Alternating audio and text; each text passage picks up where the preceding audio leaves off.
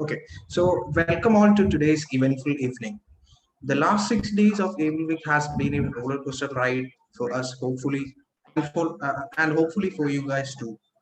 And for those who are new here, EvilHoursX is a community where we have a vision to bring together the best minds in cybersecurity and to make cyberspace a more secure environment. And today we will be laying our first milestone in our journey of EvilHoursX. We'll be launching an official logo, which will be inaugurated by our honorable chief guest of the day, Shiva Prasad sir, Circle Inspector of Police, Assistant Nodal Officer, Cyberdome Kozhikode. Sir, I would like to take this opportunity to thank you and your team of Kerala Police Cyberdome. Okay, so now coming to honorable guests for today, we have Haris sir, President of Calicut Forum for IT, and Abdul Ghaffur sir, Secretary of Calicut Forum for IT. Moving on to our esteemed panelists for the day, we have Mr. Prasannakumar B. Mundas, who is a cyber threat hunter at ColorTokens. We have Mr. Ashiq Rehan, who is a senior pen tester at IBM. Of course, we have Mr. IoT himself, Mr. Veerababu Penugonda, a security engineer at Crestron. And last but not least, Mr. Zuhair E., CEO of Wattlecorp CyberSecurity Labs LLP, without whom EvilHoursX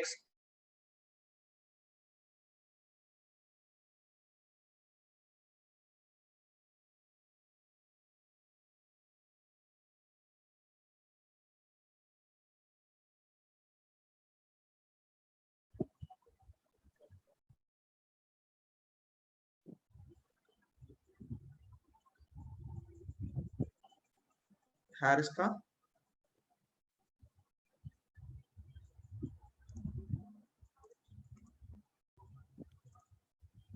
Aditya, you were on the last actually step. Yeah. Where did I break?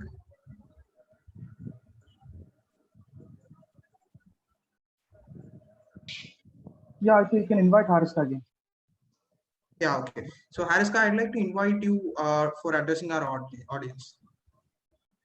Good evening. Okay, good evening all. So thank you for the opportunities given for this event. EvilHoursX, the community name, and EvilWeek, the event. I think most of the,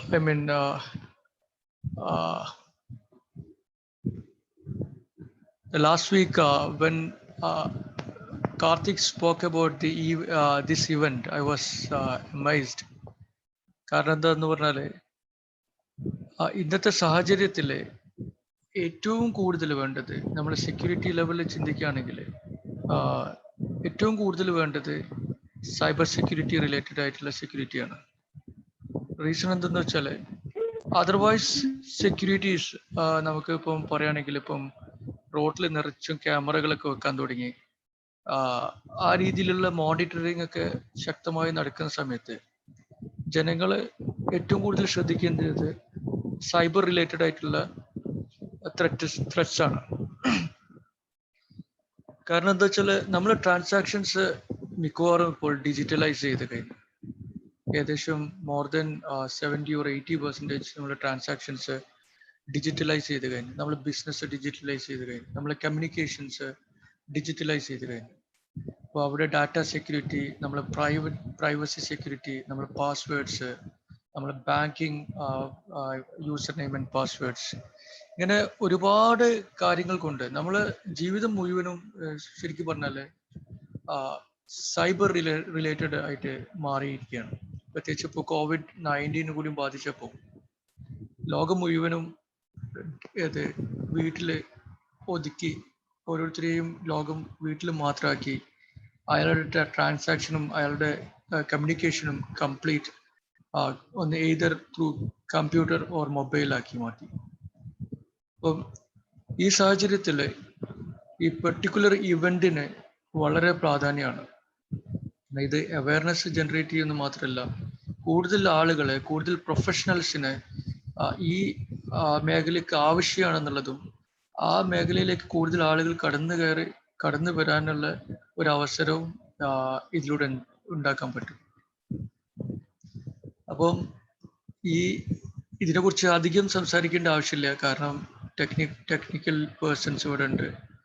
അതല്ലാത്ത നിങ്ങൾക്ക് എന്നെക്കാട്ടും കൂടുതൽ ഈ ഒരാഴ്ച സമയം കൊണ്ട് നന്നായി തന്നെ ഇതിനെക്കുറിച്ചുള്ള അവയർനെസ് ഉണ്ടായിട്ടുണ്ടാവും. ബട്ട് ഫോർ ടൈം ബീങ് ഇതൊരു വളരെ ഇമ്പോർട്ടൻ്റ് ആയിട്ട് ഉള്ളൊരു മേഖലയാണ്. ഒരുപാട് opportunities are waiting for this.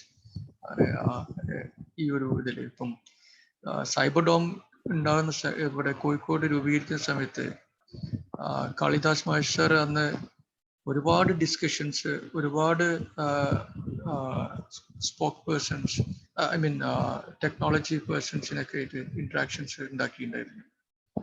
കാരണം പോലീസിന്റെ ഭാഗത്തു നിന്ന് തന്നെ ഇത്രയും ഇമ്പോർട്ടൻസ് ഇതിന് കൊടുക്കുന്നത് എന്താ വെച്ചാല്, അന്നത്തെ നമ്മളെ ഡിസ്കഷനിൽ പ്രത്യേകിച്ച് പറഞ്ഞിട്ടുണ്ടായിരുന്നു ഇതിന്റെ അവയർനെസ് ജനങ്ങളിൽ എത്തിക്കണം.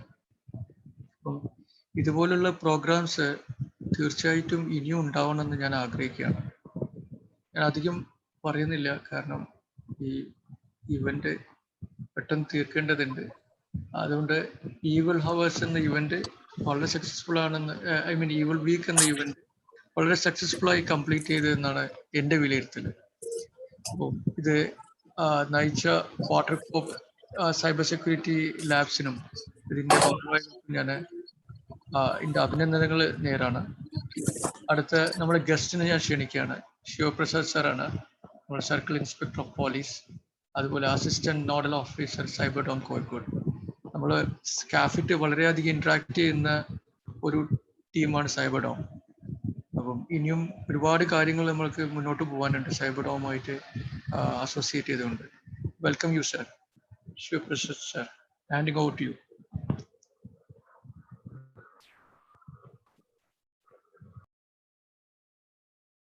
Dear Mr. Haris Putti, President of CAFIT, Abdul Ghafoor, Secretary of CAFIT, Prasannakumar, Veerababu, Ashiq, Rehan, Zuhair, and all the dignitaries, those who are at present in this platform. Good evening to one and all. And now, this is the time we are talking about cyber security. Cyber security, I don't want to say more about it. Still, it has a vital role in our day-to-day life, and it varies from security of personal data to the security of nation. Security of nation in the sense, the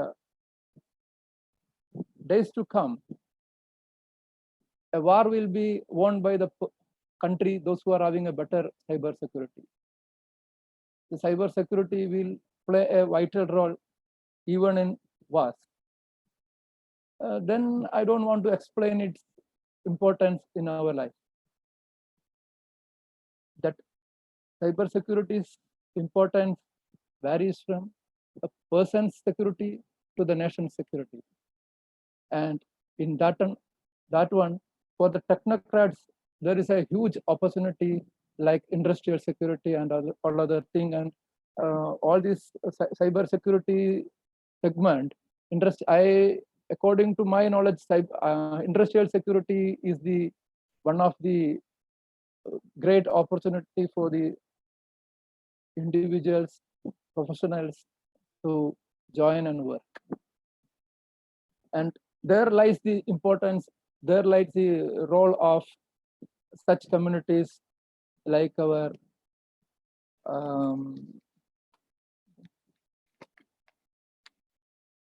EvilHoursX and events like EvilWeek. My responsibility primarily stays with the launching of the logo of this EvilHoursX. I am not going for a prolonged speech. Right now, I am going to launch the logo with all your support, all your greeting.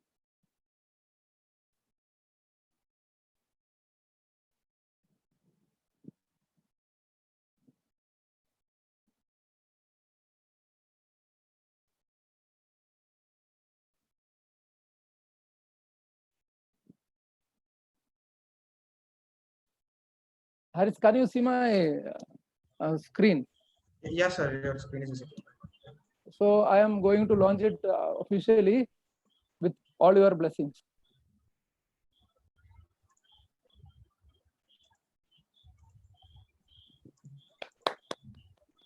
Thank you, sir. Thank you. Is it okay? Yeah, of course. Yeah, yeah, it is visible.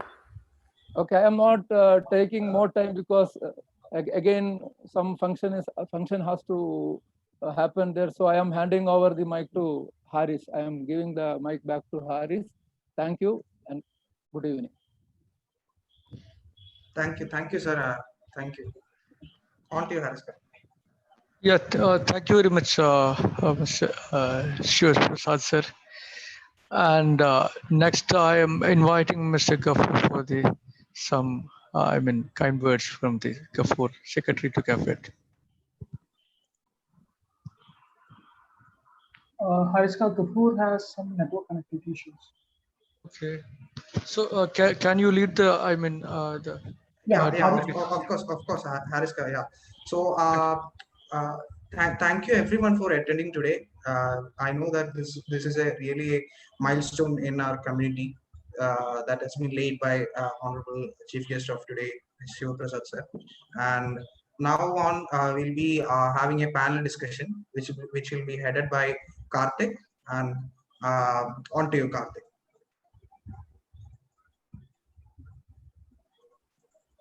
Thank you, Aditya, and a warm welcome to the panelists. So today we have panelists who are experts in the field of IoT, threat hunting, malware analysis, VAPT, and we have a amazing entrepreneur in cybersecurity. So before starting off, let me tell you that you can ask your questions in the chat box and also in the YouTube chat box. Okay. So first we have Veerababu here. He's an IoT security specialist. So Veerababu, so we have a few questions for you, like for all the panelists. So let's start with Veerababu. Yeah. Veeru? Yes, I'm here. So Veeru, we have a question here. IoT poses a great threat to the cyberspace in the form of DDoS or advanced brute forcing. If a swarm of IoT goes rogue, what is your opinion on forcing a ban over IoT exclusively? Yeah, that's a tricky question, and it's an important question also, because the IoT has to be connected to the WAN. That we cannot be forced to the WAN, but it has to be work with the WAN, because IoT has to be connected device first reason, and second thing, it is two ways we can connect it. It is internally connected and we are externally connecting. So external connecting, what is the use of it? What is the purpose of we are using it? And second thing, internally connected, maybe it's coming under the home automation. But till now, until if you are inside the house, no need to use anything. But when you're coming out of the house, you have to see what is going on from the house. Then it will coming to the van. So there is no option. So it has to be connected to the IoT has to be connected to the van because of the work and features and importance, how it is daily life we are using of the devices. Not only home automation, many other things are there like that. And coming to the attacks, main attacks is the DDoS, but that is not major attacks as per me till now. But still, it's important attack, because nowadays devices coming off the DOS prevention. If it's like if its DOS attack is happen after 5 minutes, it can recover itself. It will be disconnect and of the all the functions, and it will recover itself. That is functionality is happening. So we are minimizing the DOS attacks like DDoS, DOS maximum. But one more question in that place is like, if it's brute forcing a completely swarm of IoT goes rogue, okay, that will be really interesting. There is nothing much talk about the IoT that will be when it's internet connected device is already available publicly. So when you are getting access of everything, like from the IP address we got, we can get many things over there. So there is problem always there of the attacks. People doesn't have knowledge, they'll also start attack. People have the knowledge, they'll also start attack. So in that cases, sometimes we cannot stop the attacks that much effectively. But one thing we can do, that device can be developed very heavily. Take it as recently we are working on audio video devices. audio video is completely streaming devices. It's like a webinars they can use, or any big industry streaming application they can use. So by that time, if DOS attack has happened, definitely it will get disconnect. So that way, it is one of the drawback. But what is the solution for that? Solution is whether the device completely not working after the DOS attack, or it is required to recover it after rebooting. So these two cases we'll check it out first. But in the case of after 2 to 3 minutes or 5 minutes, the device it came back to itself back, then that is not a problem. Till that time, so device is secure. So DOS attacks is not that much of effective nowadays, but when excessive of importance work is going on at the time is happening DOS attack and it's got disconnected, then definitely it will be matter. So now how it will be working of the DOS attacks on the devices nowadays. So this is the clear about it, but if you still have any question in the DOS attacks, then I can explain it more. Yeah, Viru. Viru, as you told that we can detect and mitigate those attacks. Is there any, we do it manually, or is there any existing mitigating methodology that or tools that we Yes, take it as manually there is nothing much, because where we can always say we can use load balancers and blah blah blah. That is a basic work to our network, but still device is a device. Device has to be recovered itself, means the development stage they had to be prevent DOS attacks till how many packets they can accept it. After that, the device has to be blocked these things and it has to be stop itself sometime and it has to be recovered. So that is they had to that is internally device has to be have configuration. So this configuration what will be do, it will be maximum device can prevent itself to not to damage. DOS will be possible because huge lot of data is going on. We can stop the DOS, but device recover itself is the main important of the mitigation, not the load balancers, not the firewalls, not anything else. So this is the main important. Thank you, Viru. Yeah. Prasanna, hi. Hey, hi Karthik. Yeah. Hi everyone. Prasanna, yeah, Prasanna, you are into threat hunting, right? So Yeah. Our audience would like to know that what is the primary difference between threat hunting and threat detection? Okay. So threat detection is actually the automated process. For example, so you will have some devices to detect the attacks. For example, if you take IPS, the intrusion prevention systems, which are placed in the network perimeter, so which will detect all kind of network and the web application based attacks. So that is called the threat detection. So if we come to the threat hunting, right? So threat hunting is a mentality. So that is the knowledge which the hunter or the analyst will have. So this threat hunting is actually based on the analyst mentality, where we can detect the new threats. So for example, so as of now, everybody knows top 10 web application vulnerabilities, correct? So nobody knows what kind of a new attack will come. But if you are a threat hunter, if you know what is the difference between the normal events and abnormal events, so if you know these kind of differences, then obviously you will be able to detect something going wrong. So based on the analysis, based on the tactics or techniques, so you will be able to conclude that it's a new kind of attack. So this is the difference between the threat hunting and the threat detection. Yeah, Prasanna, we have a question from one of our participants, Rajesh GS. What is threat intelligence? Okay. So so let me first start with the lame language. Okay. So we have Siva Prasad and Harris in the call. So for example, if you take police investigation, okay, so if you are hunting for somebody who is involved in crime, so immediately you will not go and hunt a person who did the crime. Okay, so you collect some information: who is he, how he looks, and so what all activity he does. So you collect all these things and then you go for a hunting. That is one. So second one is police will have all kind of information about the criminals who are in the city. Okay, so if something happened, for example, if you get a complaint of pickpocket, so first you will look at the list who are actually famous in the pickpocket. So you will have all the list. So first you chase these guys and then confirm whether this particular criminal activity is done by that particular guy. Okay, so if you are not able to find from that list, I think then you will go for the next one. So this is also same thing in the cybersecurity. So we learn from somebody who already got affected or somebody who is going to do.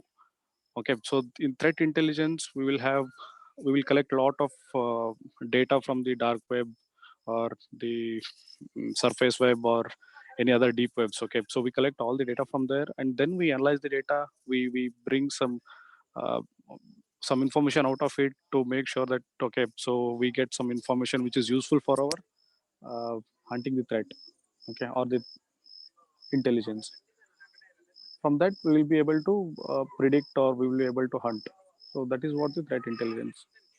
So it's basically getting some data or useful information from the dump or the what you can call it as hashtag.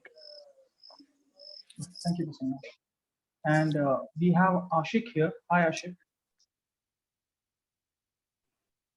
Hi, Karthik. Yeah. Ashiq is one of the best infrastructure penetration tester I came across my life. So we have a warm welcome for him. So Ashiq, we have a question here. After an attack takes place, what is the first thing that is to be done in a wide network infrastructure? First thing is not to panic.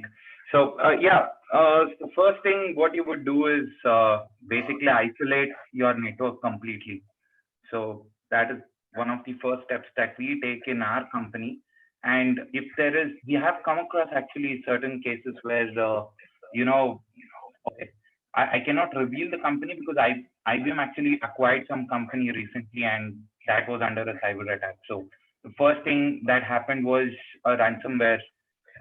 So they asked some XYZ amount of money. That was actually a very marginal and minimal amount of money. But what they did was they paid that amount, and that vulnerability, what they used to attack, they spread it out everywhere. So the deal got cancelled eventually. So the first thing what anyone would do is definitely isolate the network, like remove whatever, completely remove all the network connections, WAN connections, whatever is there that is connected to your device. And then if the attacker is asking any ransomware, do not pay it. I would say that is much bigger loss to your company than anything else. And so then later is investigate. I guess that portion Prasanna is very good at, and basically you investigate what is the loss that has happened, what is the kind of data loss that has happened, how much revenue or name, all these things come into the picture because of this data loss. So then slowly recover, identify the threat vulnerability where it is caused, and try to put preventions there. But if you are paying ransomware and waiting that nothing is going to happen in the future, then it's going to be very grave. That's what, as I gave you an example, company was almost about to get acquired, and because they paid the ransomware, the whole deal got cancelled. Thank you, Ashiq. Yeah. Ashiq, like while doing pen test, you will definitely keep a checklist. So could you share some important elements of it, like what all are required inside a checklist? Certainly, we do keep checklists for all the penetration tests that we do, whether it is network infrastructure, system, or Docker application, web application, thick line, anything. We do follow these standards. The checklist mainly depends. The first focus of building a checklist would be upon these standards that the industry defines. For example, if it is for network and infra, it is more so towards penetration testing execution standards. That's one organization which defines what are the bare minimum things you need to do in an engagement. As all of you know, that OS has its top 10. So you start building these checklists based upon what these organizations define. then you go on and build upon the kind of services that you come across, the kind of threats or vulnerabilities you come across. Because even if you talk about top 10, it's not exactly, you won't come across all the top 10 vulnerabilities. Now it's so like top 10 is gone now. It's you have, there's a lot more vulnerabilities out there. So yeah, if you could refine the question, I would specifically I would point out. But for me, we as a team, we keep a list of checklists, but we don't completely abide by it. For example, if an engagement is for like 4 to 5 days time they've given us for pen test, then probably 2 days we spend time in that checklist, and the other 3 days has to be from finding something new which is not there in the checklist. Yeah, so Karthik, if you could ask specifically what exact portion you want from the checklist, probably I would answer. Yeah, the question was actually what are the when you're building a checklist, what all elements should be there in the checklist in a generalized way. So you have some kind of, yeah, in the sense like you have some kind of scenario, you can use this kind of tools, and this is the the way to check those kind of vulnerabilities. Is there something like there in the checklist is what you're saying? Yes. Yeah. So definitely the category, the type of vulnerability, and then the test case for it. For example, SQL, you have the blind SQL, the different types of injection attacks, whatever they are. Second order SQL injection, first order SQL injection, time-based injection. So you first categorize these things under one main category, that is SQL injection, and then each subtype you go on building test cases, and then along with the test cases you also write what is the desired when you inject a particular thing, what has to be the proper response, and the tools associated that which you are supposed to use along with it. Same goes with network and any other thing. So yeah. Yeah, Ashiq. Yeah, Prasanna, could you please explain how you handle a malware threat? Like suppose somebody is infected, or some organization is infected with a ransomware. What are the steps they need to take? Yeah, so there are many teams involved in containing or responding to a malware attack, because so it's not only the responsibility of IR team, because we need some other team helps as well, because these attacks are actually happens to the IT infrastructure, where IT maintains this infrastructure. Okay, that is one thing. And also there will be some business impact because of the malware attack. And IT team, most probably they will not have the knowledge of the security. Okay, so all teams should together work together to make it successful, or bring the stop the attack, or bring the operation back. Okay, so in this case, we should have the different set of rules or standards which we have to follow, or every company has to follow. For example, if you take IT operations, so the best practice which we have to have in the place is the backups.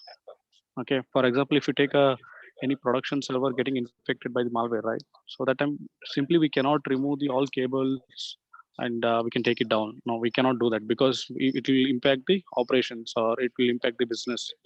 For example, if you take an e-commerce site, if e-commerce site is infected with a malware, you cannot simply remove it from the production.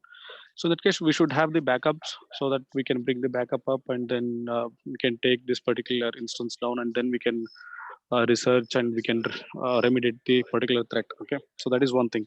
And also in the IT, as I was explaining about the standards, right? So we should have some knowledge on the security side as well, because we should differentiate the network, DMZ network and the internal network, so and other production network. Okay, so we should have some policies in the place where from the DMZ it shouldn't enter any other networks.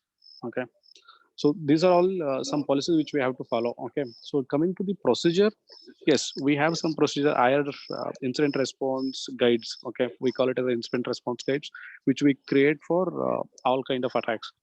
Okay, for considering the malware attack, so we will have the antivirus scans, or we will have the anti-malware scans, and then we will check the logs. Okay, so we collect all kind of logs, and then we'll check how it came in and what all things it has done. So before that, we have to contain it, and then we can respond, and then we can do the forensic. Okay. Yeah, Viru, doesn't IoT be an integral part of the most future? In most future. So, is there any there is a concern of privacy there, since IoT devices are being be used by the public. So, like, how do you address those privacy issues? Yeah, privacy issues can be anything, first of all, but depends on which IoT devices it will be coming on. First of all, what are the devices taking the private information of the person and private information of the company? Depends on those IoT device. The privacy concerns always comes first. Take it as health industry. It's completely depends on the patient data and all. And wearable industry is completely depends on the person contact information, calls, functions, anything else. Whatever mobile is having a communication with the features of smart band, it will be privacy, it will come over there. These two will be pictures. Or coming to the business modules, if they're using any business IoT devices, was it connected to the internet device or this send an IP? Was it publicly disclosed? So if it's disclosed, then there is a chances that device is already inside of the office or organization, and there is a chance that they can identify the organization IPs and try to enter into with the help of IoT devices. This type of issues are there, but how can we solve this misuses and all? You can say, first of all, how they can steal this data, that we need to identify. Still now, what I understand, most of the IoT device is always taking the complete access of the whatever it is communicating. Take it as a smart band. It's taking the all access, call access, messages, images, any alerts. So when we are giving all these permissions, then there is a chance that we can take the control of the IoT device and get the information whatever we want. Such a type of way we grab all the information and selling in some places. That always there. We have a black market, we can say simply the dark market. So there always we can see what they're selling about our data and all. So in this, mostly you can say is some other question you asked, I didn't get that one. Can you repeat that one? Yeah, you already answered the question. It's privacy related. Yeah, okay. So we have a question, from Dark Shadow here. Is there any way to find honeypot in a network? How it works? I think Ashiq or Prasanna can answer.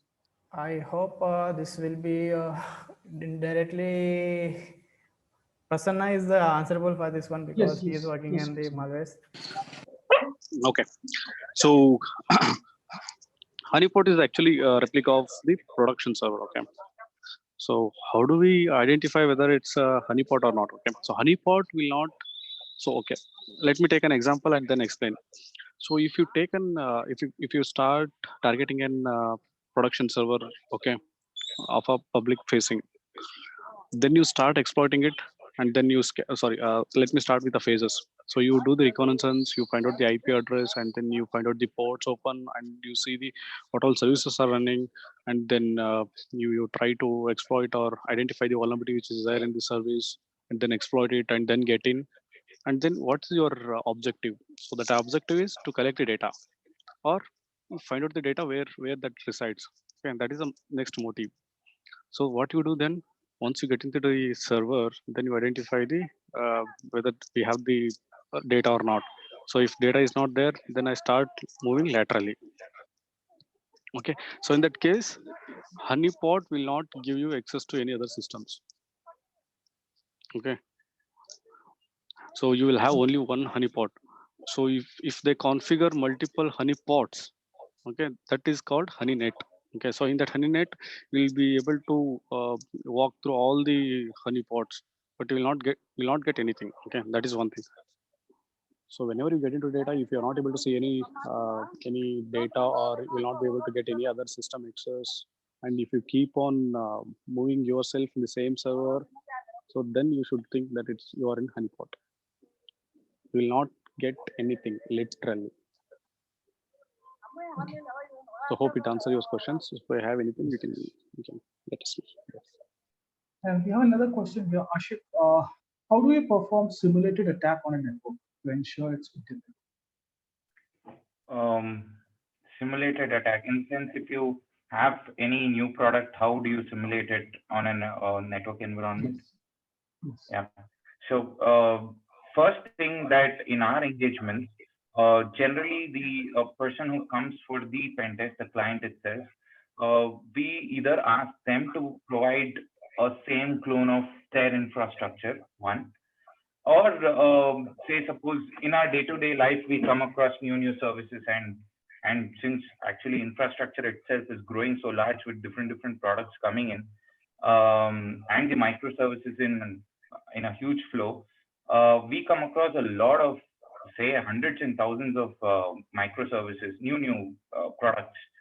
So the only way to excel or to do some research on it is to bring into a lab environment. So we have a lab setup where we exactly clone the system and ports that we get on a actual pen test engagement, whatever we learn through there, and we simulate it. We exactly install the same set of things in our lab environment, and try to research on it, try to look into the code, try to fuzz them, try to identify if there is any vulnerability, go through their extensive. One good practice is when you get a new service, just go through their documentation. So they wouldn't know that they have left somewhere, there would have some internal function or an API exposed that would have a remote code execution on it. So yeah, so there are two ways. One, ask the client or the customer or the product team to provide an exact clone of their infrastructure, which they generally do, or else you set up your own lab in whatever new you find and start to learn about. Yeah. And adding to what Prasanna said, I recently came. I mean, we actually get few honeypots in our way. So so the one good way I have found. So basically, there is no exact way to figure out whether it's a honeypot or not. In one of the applications, when we were performing an nmap scan, it gave 200 OK for all the, 200 OK, I'm sorry, not 200 OK, that is, like, it said the port is open in all the ports, and it say, for example, if we are scanning for top 100 ports, then it gave that all the 100 ports are open. And for example, if you are running a Nikto or a Durbuster, you get a 200 OK for everything. So you know that there is something in between which is trying to, say that it is actually, probably the sign of a honeypot. Yes. Yeah. So another thing is, So another thing which I got in mind. Okay. So basically, whatever he's told is it's very correct.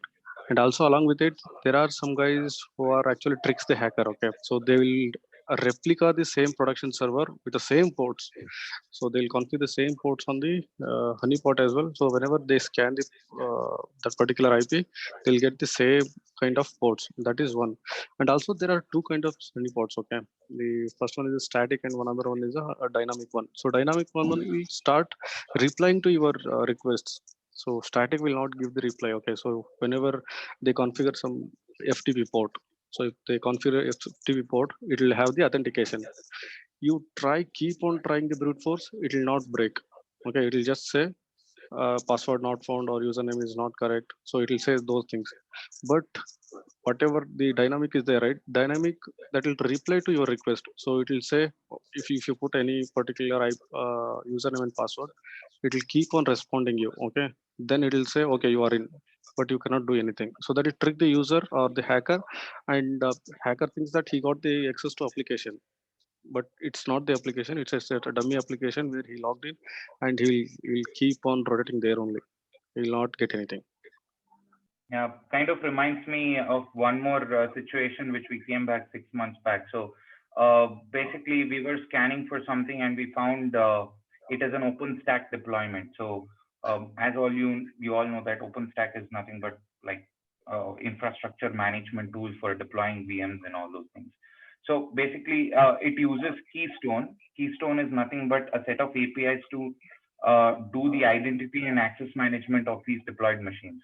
So we, just by doing a dirbuster, you got a folder which is exposed, which gave the entire configuration of these Keystone APIs. That is, I got the authorization keys, everything. All I had to do is just write a post API to basically I can get into the cluster. So what that means is, but you've got the API key, everything, and you're running it. It is not running for some reason. You're following the exact documentation on crafting the API of whatever the Keystone website says. You have the authorization token. You're putting the authorization token, firing it, nothing is happening. Then later we understood that it was later when we had to, talk to the customer, then later we understood that it's a honeypot. So there is no definitive way to get to know that it's a honeypot. Yeah, one pointer is that, you see something like a honey and you eat it, it's not getting digested, one thing. And the other thing is, yeah, it says, yeah, you've got everything right in front of you, but when you actually attack it, there is nothing there. Yeah. But yeah, they do definitely get to know that someone is doing something. Yeah, thank you, Ashiq. Yeah, we have another question here regarding learning curve. So I think Zuhair can answer that. Like, what are, can we learn cybersecurity free of cost? Is a degree required? Can you put some insight on that, Zuhair? Yeah, yes, I will start with that, and personally, everyone can add the points actually. So what I suggest is like you can start. We have a lot of this over here, and also students and everyone actually. So you can start like understanding the basics of networking things, how things happens. Like, see, like if you are sending a message in WhatsApp to your friend, so exactly what is happening actually? You are typing something and your friend is getting the same message. So there is a process happening inside, right? So just think about what all things are happening in networking, how this happens. So maybe in college days you will learn like networking papers over like ISO layers or application presentation layers, these things actually. This, if you can think like what all are exactly happening on those layers, it's good actually. You can, so the first thing I would suggest is understand the basics of networking, how the things are happening on the infrastructure, things like that. Just read on that. You will get a lot of free materials over internet.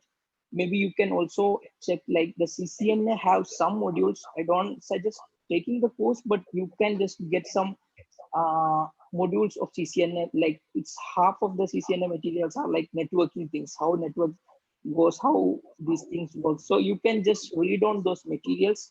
Then you can slowly move into Linux. So like see, like maybe like 60 to 70% of the security tools are either built on top of Linux or maybe like ported from Linux. So if you know Linux in and out, it will be really good for your career.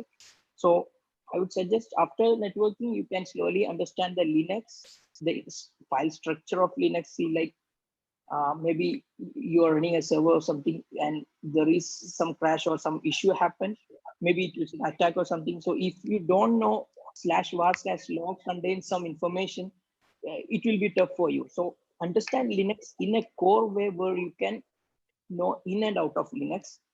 Then slowly go for like understanding the Linux commands. See, there are a lot of ways to understand.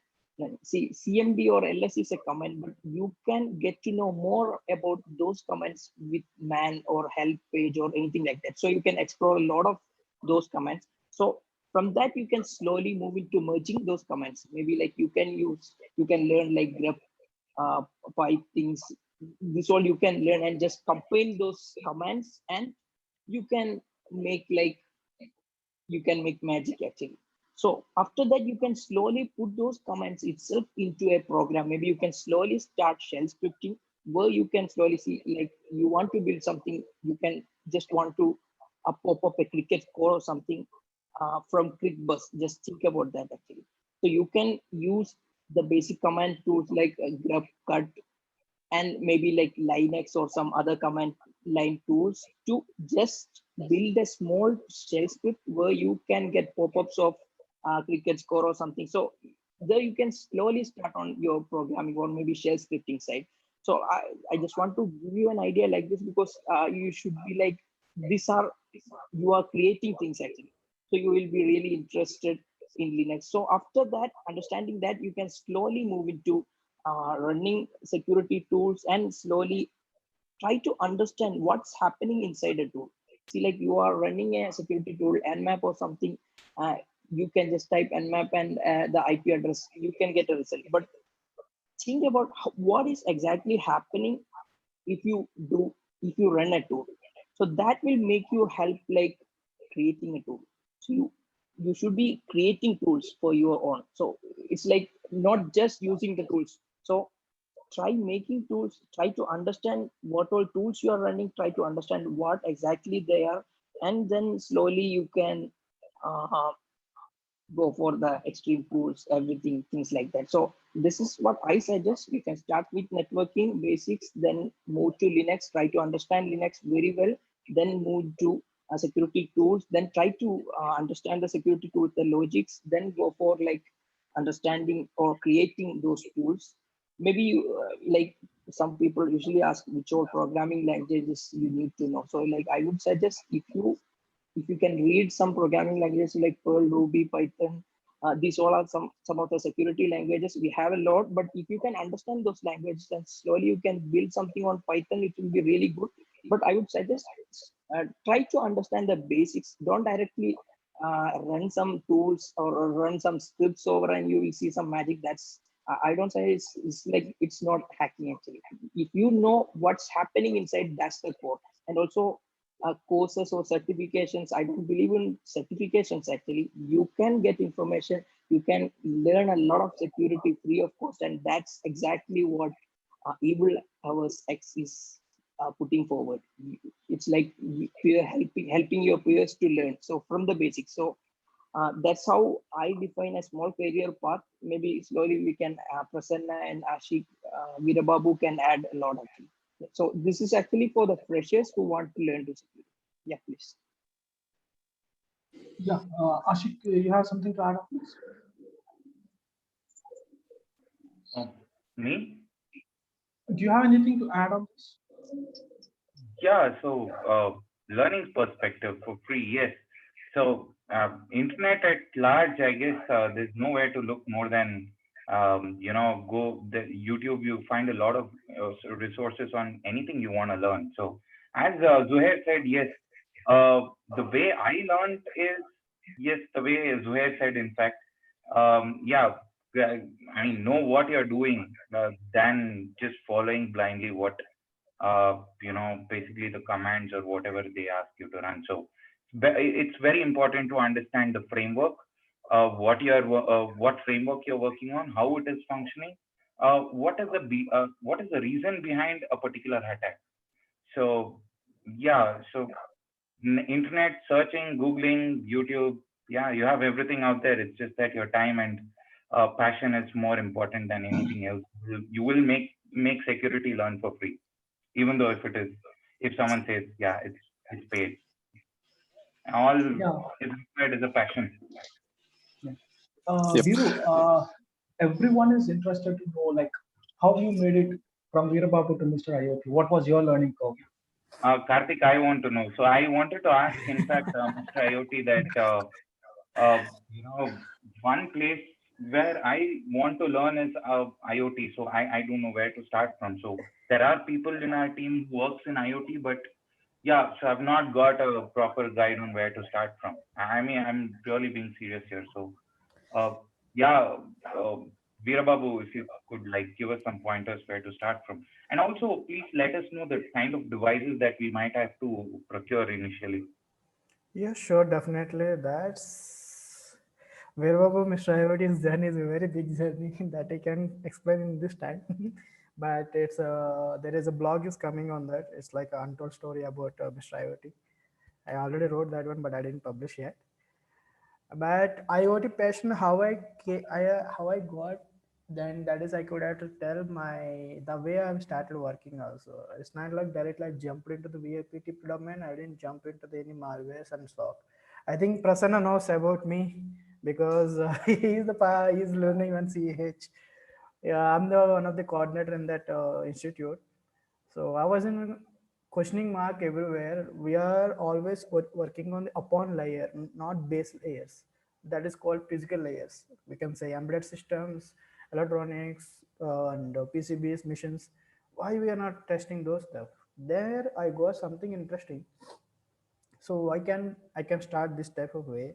Then I'm working on the Arduinos and all coding, so small programmings, and same thing I'm checking for the security perspective. So I learned today network. So if I assign IP on the Arduino code, if I flash something on that, if it's assigned an IP, then how can I scan this? I can do that one. So the learning I'm applying on IoT. If something I'm learning on a VAPD, I'm applying on IoT. So all completely whatever I'm learning in the VAPD or any other things from the sources or anything, direct or indirectly, I'm trying to apply an IoT devices completely on modules. Like we have plenty of modules of microcontrollers, which is Bluetooth you want to learn. We have ESP32. So same thing you want to learn Wi-Fi, then you can use same device ESP32. Just 400 rupees bucks. It's 400 rupees. You can buy it and just give some Arduino flash codes, and you can configure that one. We can easily understand. The coding also not that much a big heavy thing we wanted to learn. So that way I started things, then slowly growing on. 2015-16, suddenly IoT came to the picture. The fun part it is same how you people will be search, how to start IoT hacking, how to do IoT pen testing. So like that, I'm searching like anything since morning, evening. I don't know how to get it. Then I'll understand. Might be this is a starting point. So let's start with working on it. And when I'm understanding about more IoT, then I realize that I'm already doing the IoT stuff, but I'm not completely exposing that one. So slowly, I'm understanding what is the firmwares and all extraction. After that, one fuzzing it. After that, I learn firewall engineering. Then I understand the architecture programming. It hell lot of one by one. Once one thing started, one more it will be automatically adding into the picture, because IoT is adapting the all kind of technologies. It's not stopping at one place. It's completely adapting all kind of technology which is coming into the picture. So which means learning exposure is very high, very damn high. Which means if someone is already very good in malware analysis, but he wants to understand what IoT will be the how to start it. So he don't need to start what is exactly IoT, because IoT doesn't have any start and ending point. It is always there. What you learn till now in security, you need to apply on the device, but in the device perspective of you, not in the way you learn in the web application. You can same thing you can apply on the device. We need to understand how device embedded applications is accepting the code, what input application will take, how they develop embedded application. This all including in the part of this one. So these are the things makes me more interesting. Then slowly I'm giving the talks, came out. Then I understand finally there's only one person is there from the basic to starting, because even pi to start at time and now learning time is almost both are same only. There is nothing much difference. And I already blooming slowly. I'm searching the points, and one of my friend, his name is he is known as an antagonist. His name is Chaito. He's staying in Netherlands. He asked me, why don't you create a GitHub repo where we can read easily? So okay, I'll do that. I don't have an issue. So I started creating a GitHub repo. When I'm starting creating GitHub repo, I can understand more things. Like IoT is not only the one stuff. IoT indirectly come including the ICS industry and automation industry and telecom industry and radio signals, everything. So the problem it is huge lot of data, how I need to start, how I need to complete.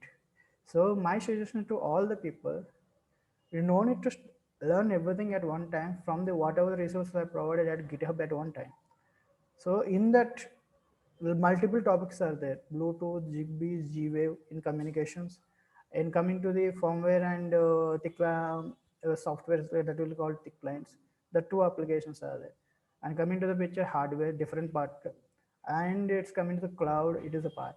So these are all you want to learn. So, but only one reason, we need a best one. Always my best suggestion is you need to buy a good device from the Bangor. We'll get a very cheap devices, which is the most vulnerable one, and check it out which is more advanced technology they are using. But it is always you will get a very advanced one, and buy one of that one and start attacking it. Then you will understand what you need to do on that. So resources are always there. When you find something interesting like any kind of some new technology they included or anything IPv4 service is exposing, you can search those information slowly in Google and definitely you will get a good information which you already found. So that will may help you to understand how to pen test a device. So this is how it works. So in this category, I'm completely working on. Suddenly one guy told me, why don't you handle names like IoT Baba, IoT blah blah blah stuff they say. So some fun part, I just posted in Facebook, whoever wants to say something about me and just give it a name. Then in that part of time, some guy told Mr. IoT. So that name is looks very familiar with Mr. Robot. He's also very popular. Then I want to be target, same thing has to be popular. Then it's become like that. The reason behind a popularity, whatever I provide is still no information. I just provided with the free of cost without charging anything. The community is grown up very nicely. IoT Security 101. So right now it's around 1500 members. We are just daily discussing on the, if someone has found something on the interesting on JTech communications on hardware, he will post over there. So we'll see that one. So that's the type of things we are learning from the groups and we are applying on the real-time devices. So this always communication and contribution and these things, whatever I did for IoT, that makes me Mr. IoT. That's how how it happened. Yeah, thank you, Viru. That was really inspiring. Thank you. I still remember the day I met you first on Nal Bangalore. You were taking a session on Zigbee. Yes. Yeah, and Prasanna, Karthik, let me put both the questions and answer this. Okay. Yes. So the first question was about what all things we have to learn in the cybersecurity, and then how Veerababu became Mr. IoT. Okay, so I can combine these two and answer the question. So I met Veerababu, that is Mr. IoT, in I think 2015. Okay, so in the beginning of 2015, I met him. So we were actually a batchmate in a institution, okay, XYZ institution, where we were there to learn CH. Okay, so that time our intention was only CH. We don't know about the security. We don't know about anything on the offensive, defensive. So once we started, then we came to know that there are two domains in security. Okay, the the defensive and offensive. Okay, so then we came to know that okay, there are two scenarios we have to think. Then Veerababu, whenever we used to have a labs, right? So Veerababu used to think in an offensive level. Okay, so if somebody tells how to crack WPA or Wi-Fi, okay, so every day he used to set up something and he used to hack it and then come back next day and say, okay, today I hacked two Wi-Fi's. He used to tell that. Okay, still I remember. But in my mind, I was like, okay, so people can hack it. So how they secure it? Okay, how can we secure that particular Wi-Fi? So I used to think in that way. So I went in defensive and this guy went in offensive. Then his interests are changed towards the IoT devices. So my thinking was matching with the defensive side. So that I got into SOC.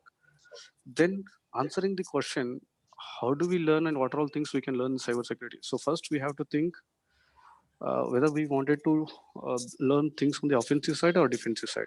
That is one thing we can decide. Second thing is what what are you passionate about? Okay, so for example, if you are passionate about using Androids, okay, first understand the technology, how it works.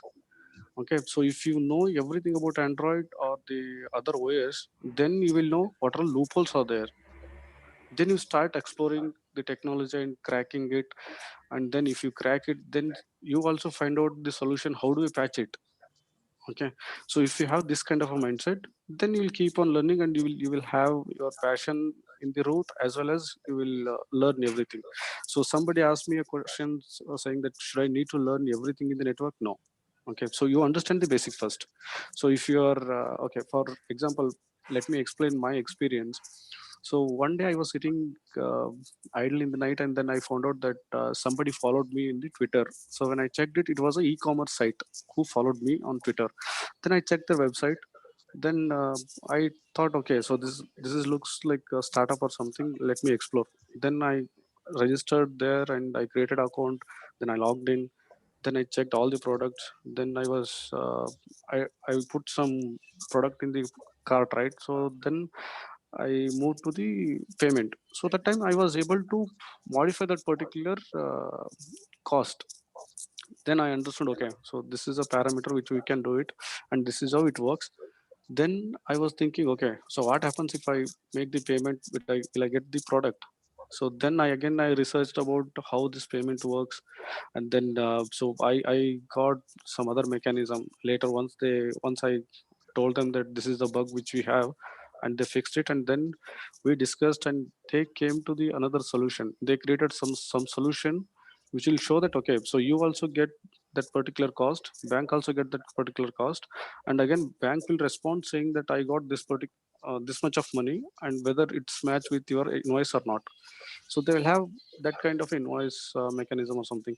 So we have to understand the product, we have to understand the technology, then you keep on exploring, then you will find out some loopholes, then you start attacking them and identify the solutions. So this is how you can learn. It doesn't matter whether it's IoT domain or it's a web application domain or it's a network domain. So this is how we can explore. Every day you will learn something which is new and interesting, that will make you some guru someday. That is, I completely agreed with that one. Yes, of course, it's all depends on us only. If you start something, how much diving into the deep that you want to understand more about it. Because still I'm seeing some of the things I do, it's not like offensive way. There's some bug bounties are still I know. They're finding the bugs, but they're always failing to explaining in the bugs because they know how to identify with help of some of the things like tools or anything like whatever they learn, but still they're not understand how it is working actually. So such a type of incidents, I'll definitely agree with that person. You just need to understand how much what you are first of all what you are doing. If you're running an nmap, okay, what exactly nmap? There are 484 pages book is there. Gordon Leon is written. Oh my god, how many people are read it? First of all, how many are there? And nmap having different pages also. What is the pages means? Nmap, the way I'm using nmap on the IoT devices, I cannot use same way on the ICS devices. That is the thing. I just need to understand how I need to use. Here, if I'm putting a lot of pressure on the IoT devices, just fine, no problem, nothing is happening. But ICS devices, you can run nmap directly. You have to use a slow scans. Then you have to send the packets very slow. Then it will be work.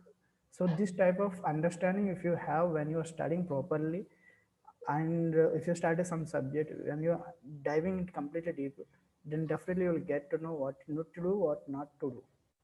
So that how it works. I think Thank it's you, Veeru. clear about the Mr. Yeah, IoT journey. it's clear, and I think the story of Veeru and Prasanna, we got an opportunity to hear it, and yeah. And Veeru, this is a question for all of you. So I would like to know that what are the job opportunities in each of your respective area in IoT, in malware analysis, in VAPT. So could you Well, just Yeah. yeah, it's a very good question. I could have said last many times, many people are asking the same question. If your previous webinars also they asked, One thing I can say, IoT devices, two ways we can choose. One, developer perspective, and second, pen tester perspective. So if you want to be a security guy on the IoT devices, so whatever you are learning on the networks, Wi-Fi, Android application, iOS applications, web applications, and cloud pen testing, whatever it is, it directly or indirectly it is always connected to the IoT devices. So when you have a clarity on that, so definitely you can do a pen testing on IoT devices, then it can work on it. That is not a big deal. But coming to the developer perspective, you can't work on the all the domains because developing is a very high and crucial part. Like this, I can develop a communicate with the help of IoT device with the app, but I cannot develop an IoT device from scratch. I have an Android knowledge, but I don't have a completely embedded knowledge or C++, which I need to develop for the device. And second thing, PCB knowledge, I don't have anything. So coming to the picture of the IoT industry blooming, it's very high. Every year they're saying 20 billion, 30 billion devices connecting internally connected devices are there. Connected cars are coming. Everywhere it is a connectivity nowadays. Devices is a connectivity. Then it's IoT devices. So in that perspective, job opportunity is always high only. So only one reason I would like to tell is the developer point of view. If you want to choose an IoT device, then you need to choose a particular domain and you need to work on it. It's like embeddeds or PCBs. It's both are related actually, and Android. And if you are good at, if you have a time, you can learn that one.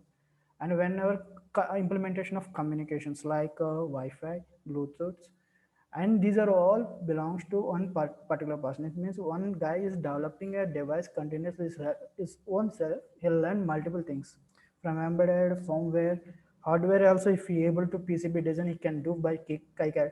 So these are all really helpful for to achieve a lot of knowledge. And choosing as a domain, by chance IoT industry is not there, but something is came into the picture, IoT went off, it's something. But technology, whatever he learn, it won't go that much easy. Android, it will be just update, but the coding will be it just upgrade to the some of the things. That's not nothing there. But he already knows some of the technology because of IoT, so he can utilize. So IoT is teach all the things, and it will help you to the go to any one domain easily. And pen tester point of view, IoT is very less people are there nowadays. So it's a good opportunity to people can get job easily in IoT devices. But are they really able to? There are some people having still doubt. I don't have any knowledge in IoT device. How can I apply on that? You don't require any burst of knowledge. First, you need to be strong on your what you learned till now. You just need to be spend some time to how it is applicable in IoT when you search it properly. Or if you can ask any open groups are there. There are multiple open groups are the Telegram or WhatsApp anywhere. If you ask, the people always guide you. Sir, I'm learning on Wi-Fi. So if it's coming to the IoT devices, how can it? Take it as the two ways of Wi-Fi we have. One is access point, one is client side. Device coming under the client side, access point is coming under the routers. So both are the Wi-Fi attacks. This is how it will work. So this all depends on the best way to join an IoT community domain. You can choose, but problem it is still I'm seeing the some of the job opportunities they're giving a job description like reverse engineering knowledge is very high. Their requirement. Take the first requirement is embedded C++. Second thing is the reverse engineering, and third thing if you have fuzzing into because reverse engineering if you do automatically you will get to know about fuzzing, but still fuzzing is not completely related to reverse engineering. There is a chance difference are there, but depends on the what you are doing on that. It will depend on the fuzzing. Fuzzing can be anything. So, and third one, if you are good at a hardware hacking, like because hardware hacking is very crucial part where you can get 100K bounties. Previously also I said the same word, 100K bounties and all, because one chip bug if you find, whatever devices came out market, if they had to be either replace it or they had to be make a fix very high level. That is very different, very difficult. That is one is attack we know Spectre. That is one first 100K vulnerable bug we see, and it's took long time to fix that one. After that, many are came. So that is the first attack always will happen. And same thing nowadays, TPM modules are coming. So TPM modules, people are there who already break into the technology, but they are not sharing publicly because due to the privacy concern, because one bug is came out of the picture and all same technology or all same architecture which is working on the same kind of devices can be attacked. So that is a flaw in the IoT devices. So opportunities is very high, and I'm really saying it's a very good opportunity to start right now domain, because now it is a virtual time, devices is online, so go for it. I'll say 100 and out of 100%, you can choose the IoT is the best option.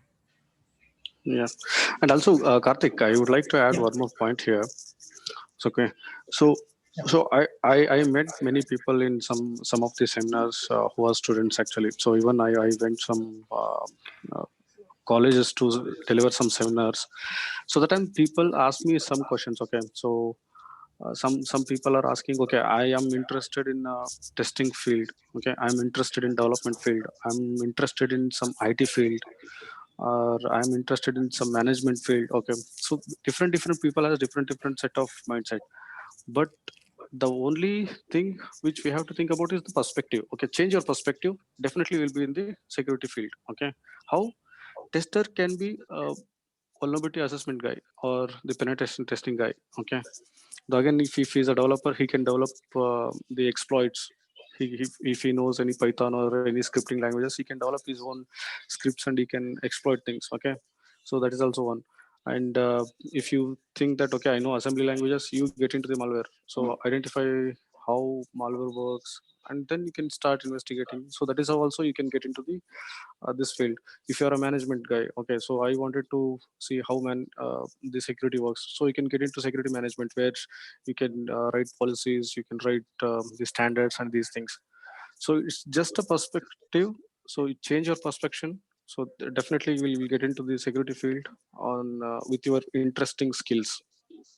So that is how you can evolve. And if you have passion plus perspective, definitely I think you will get into the thing. And also this particular industry demands only the creativity and the your work.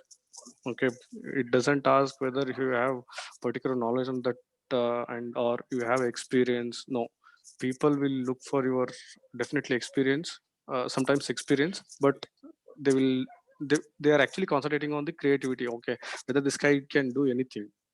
So just mix your skills plus perception. I think it will work out. Every field in the security, every field is demanding. Okay, so everything is good.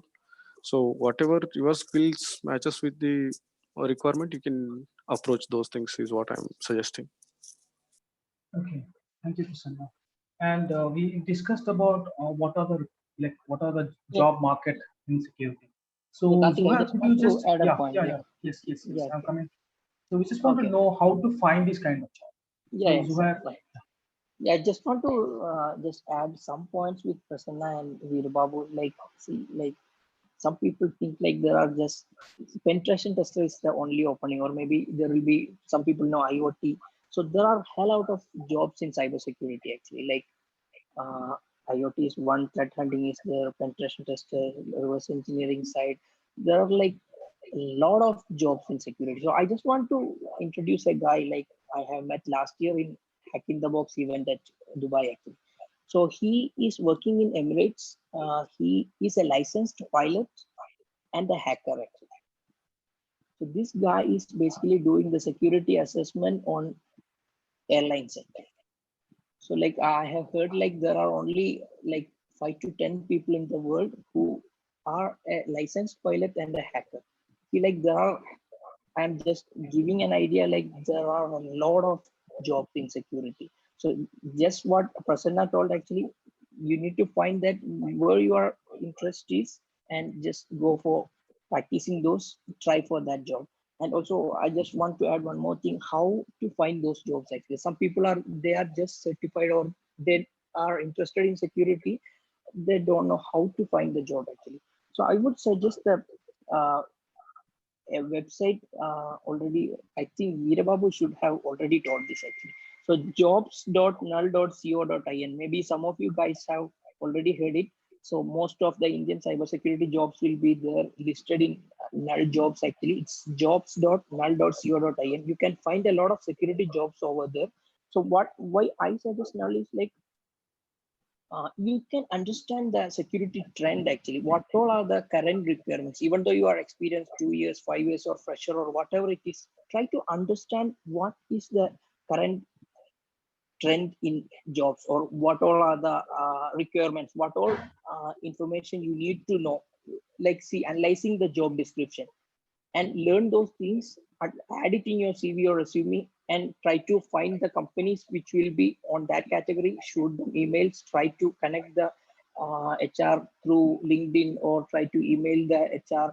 Like that, you can find the jobs in security. There are a lot of job portals like Naukri or Times or anything, but try to use it and understand that trend in market.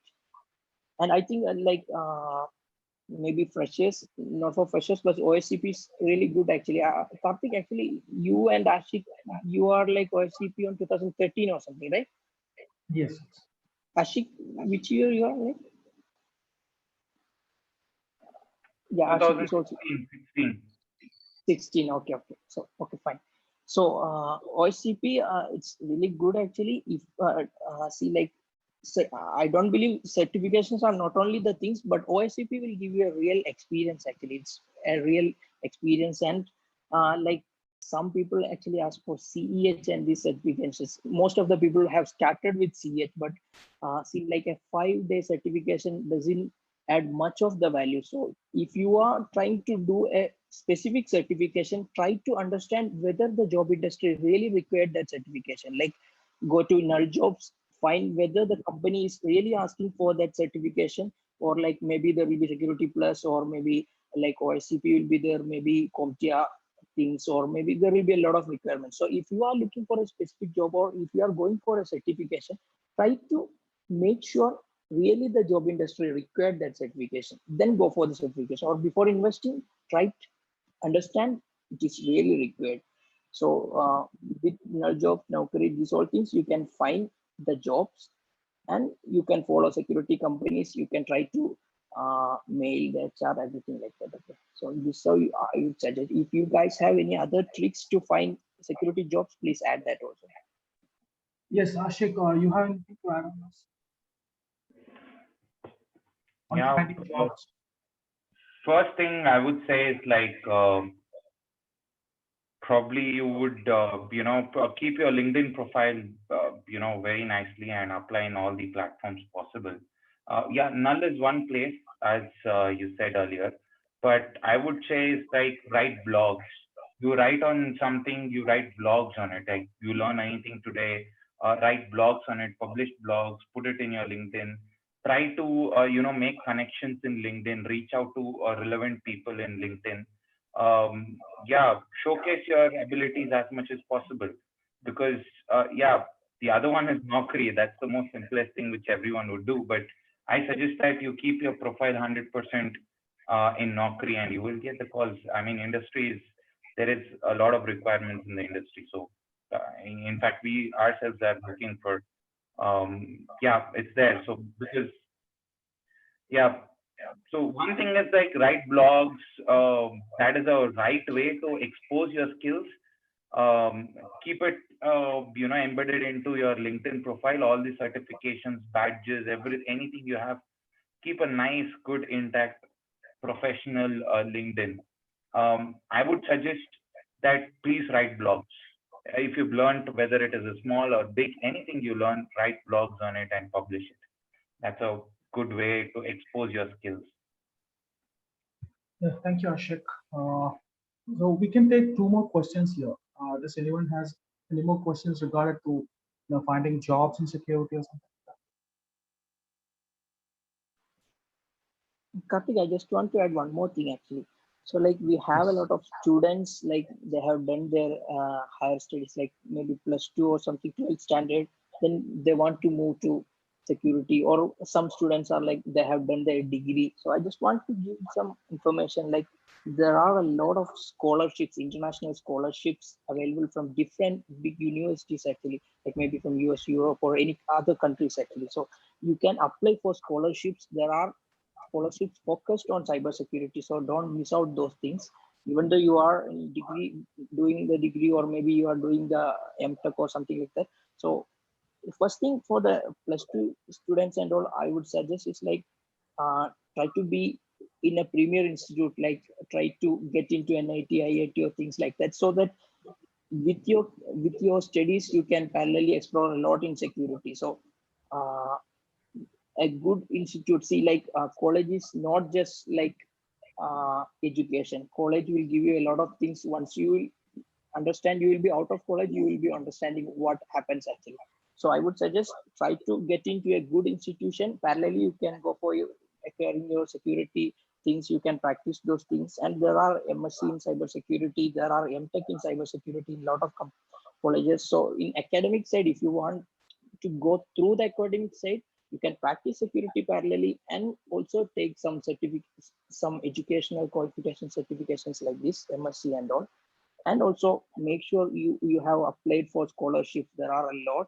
And also one more thing I just want to add is like if anyone is having some security ideas like products or things like that, there are some they are not called scholarship, but like you can be incubated in, there is a program in Germany, there is a program in Australia also, like they will give you the complete expense, everything they will be covered. They will be taking your product stake, like 5 to 10% of your stake. They will help you to develop the complete product. If it is a cybersecurity product and they are really, if it's really good and they like it, they will take your product like 5 or 10 stake. So you can develop your product your own. They will help you for that. So there are programs like that around the world. Also, if you are done with your degree or PG or something, if you can apply to some universities for cybersecurity scholarships. So some of the researchers in Wattlecorp actually they are learning outside. So like they have some project topics, they work on that, they apply in that university. That university will be like sponsoring them like 5 years or 6 years actually, till they get their PhD or research paper is done actually. So there are a lot of opportunities like this in focused on cybersecurity. So I would suggest everyone Yes, to Zuhair, I think you can mention about the product hunt. Yeah, product hunt things actually, we in Kerala actually there are a lot of communities. One community is product hunt actually, it's really good actually. Product hunt is like you can showcase your products at a suddenly you can get a hike actually. If your product is really good, you a lot of users will be there for your product. And also you it's like a quick launch actually, so you will get a lot of users. That's product hunt actually. Yes. Thank you, Zuhair. And we have a question here from Harish Shankar S. Prasad. I think Ashiq can answer it. To become a vulnerability assessment, where should I start? I think well, to do a vulnerability assessment, where should I start? That's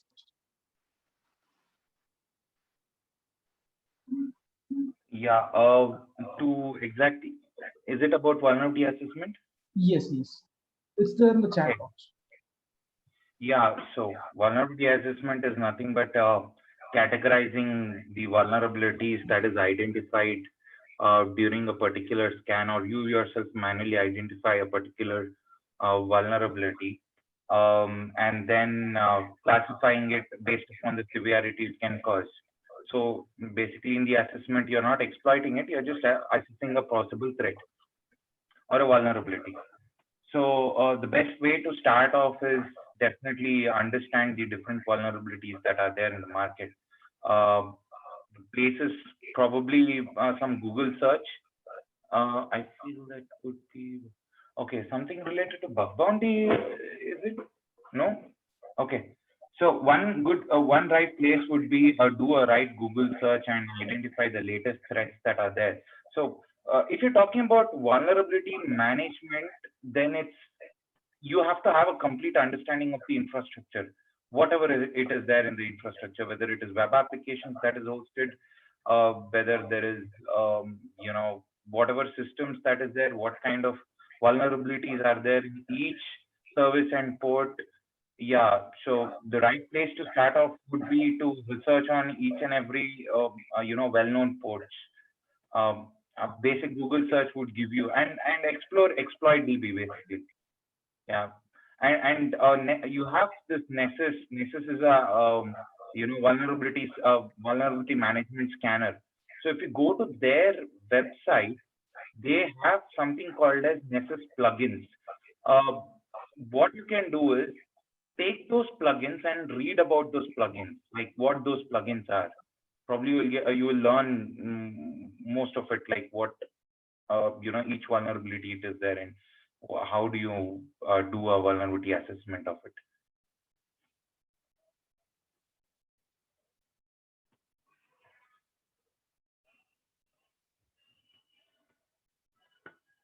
Karthik?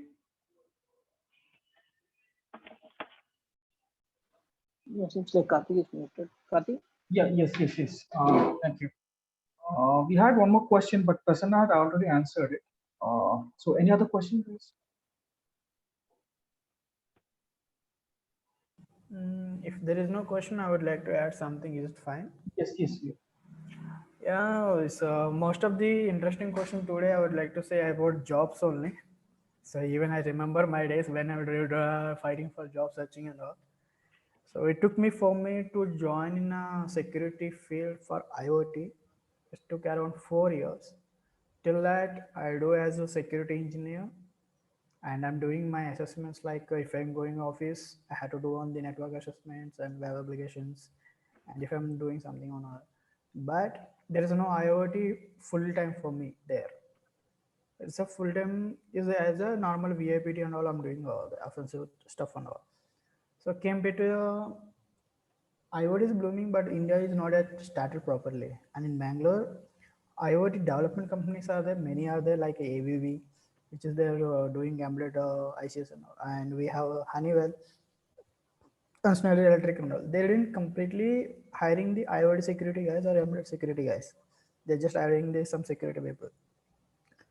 So here the problem it is, I don't have a full-time opportunity of working on the IoT devices. But what I need to do then, only thing, whenever I'm getting a chance, like evening, once my offices came out, I came to room, I started studying where I left, either coding or writing for a fuzzing script for anything. But I'll completely focus on IoT stuff. I'll forget about the remaining stuff. I don't need to be studying any other thing. So that way, what I did, I never left because of there is no opportunities there. If opportunity there or not, IoT I want to explore, I did like that.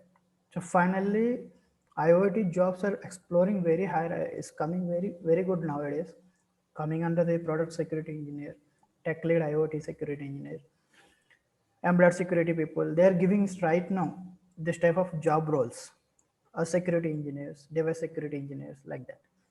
So this type of job roles are coming right now. So the advantage of me, if there is a full-time opportunity is not there for me to IoT, but I didn't left the time to to waste my time. Just I bought some of the device, which whatever get salary, I work on that. I understand it completely. As Ashiq said, it's a really good thing if you are writing a blog, because you yourself also don't know who can watch your blog. Even some of the big people like got milk and all, but you written something interestingly on some web application testing, but which he didn't explore till by chance he saw your blog and he really impressed, he'll tweet about it, and you, without knowing yourself, you'll get popularity, and that kind of work you need to always do, you need to do. The same thing is happen when there is no IoT is there, not there. So I created a website, I created a GitHub repos. So what will be happen, it's reaching the people as a resources. So that made me more popularity, and I didn't left my passion when I don't have anything. So I worked on the completely technology. Right now I know everything. I'm really happy, I'm really glad for that. So this way, definitely there will be one day you will get the what exactly you're looking for job. But today is not possible, tomorrow it is definitely possible. The dangerous and most dangerous combination is the passion and work together. When it comes, then no need to see for anything. You will reach your success always. That happened right now, but it took me around 5 years. I know that. So this is the best advice I can say from my side because it's completely my real-time experience only. If you don't find a passionate job, but you no need to let go of your passionate to what you learn. You have to learn that one as a simultaneously when you're doing a job. But when you got an opportunity to do your passionate work as a full time, just go for it. Just like that, you need to go for the jobs. That will really help you to grow up. Yeah, thank you, Viru. Yeah, thank you, Viru. It was really inspiring, and I think we are almost past our time, so we can wind up here. And I take this opportunity to thank Viru, Prasanna, Ashiq, Zuhair to be a wonderful panelist, and I thank all of you guys to be, of being an amazing audience. Thank you. Over to you, Aditya. Thank you, everyone. Thank you. Yeah, Aditya. Yeah. Okay. So thank you everyone for attending this session, and thank you, Shiva Prasad sir, and especially Hariska and Gafur sir, for spending your time with us. And thank you all for